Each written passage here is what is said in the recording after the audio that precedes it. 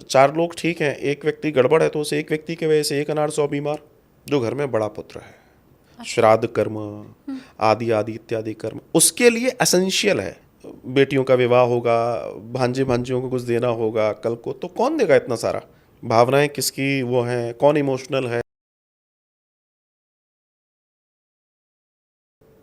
वो कौन है? घर में 5 लोग हैं, हाँ। 5 लोगों को नहीं आएगा। लेकिन हाँ, अगर जब तक घर के अंदर 4 लोग ठीक हैं, एक व्यक्ति गड़बड़ है, तो उस एक व्यक्ति की वजह से एक अनार 100 बीमार। हाँ। वो ठीक है, घर में है तो रहेगा।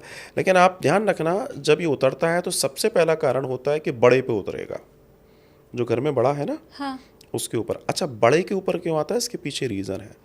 प्राचीन भारत से एक व्यवस्था है, अब आजकल लोग उसको गड़बड़ कर देते हैं। व्यवस्था क्या है कि मान लीजिए 4 पुत्र हैं, तो चार, अगर एक पिता के पास 100 रुपए हैं, उसको बांटनी है, अपनी संपत्ति बांटनी है, तो पहले ऐसा होता था कि बड़े को ज़्यादा मिलता था।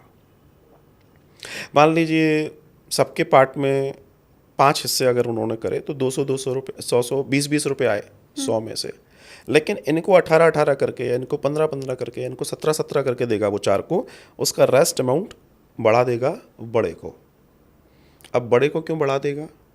क्योंकि उसके बाद वो सारे जो कर्मकांड हैं, जो क्रियाकर्म हैं, जो रिचुअल्स हैं, वो निभाने का दायित्व होता है बड़े का, जो घर में बड़ा पुत्र है। श्राद्ध कर्म आदि आदि इत्यादि कर्म उसके लिए एसेंशियल है। बाकी कर पाए नहीं कर पाए एक अलग बात है। हालांकि गरुड़ पुराण में तो जितने पुत्र हैं उन सबको श्राद्ध करना चाहिए, दिया हुआ है। लेकिन बात यह आती है कि उसको इसलिए एडिशनल पैसा दिया कि बेटा तुझे करना है, बेटियों का विवाह होगा, भांजे भांजियों को कुछ देना होगा कल को, तो कौन देगा इतना सारा? तो वो देकर जाता है। इसका मतलब ये है कि उसके ऊपर भार है, तो पहले ट्राई करता है पितृदोष कि मैं पहले उसको पकड़ूं जो सबका करने वाला है। तो वो जो आपके पितृ देवता हैं, वो ये विचार करते हैं कौन हमारा भला कर सकता है। सर्च करेंगे ना वो भी, हाँ। हमारा भला कौन करेगा? बोला ये करेगा, तो पहले उसको पकड़ते हैं। अब आज के दर्शन में ऐसा नहीं है। आज के दर्शन में बीच वाले को भी आ जाएगा, नीचे वाले को भी आ जाएगा। क्यों आ जाएगा? क्योंकि अभी ये सब बंटवारे तो बंद हो गए।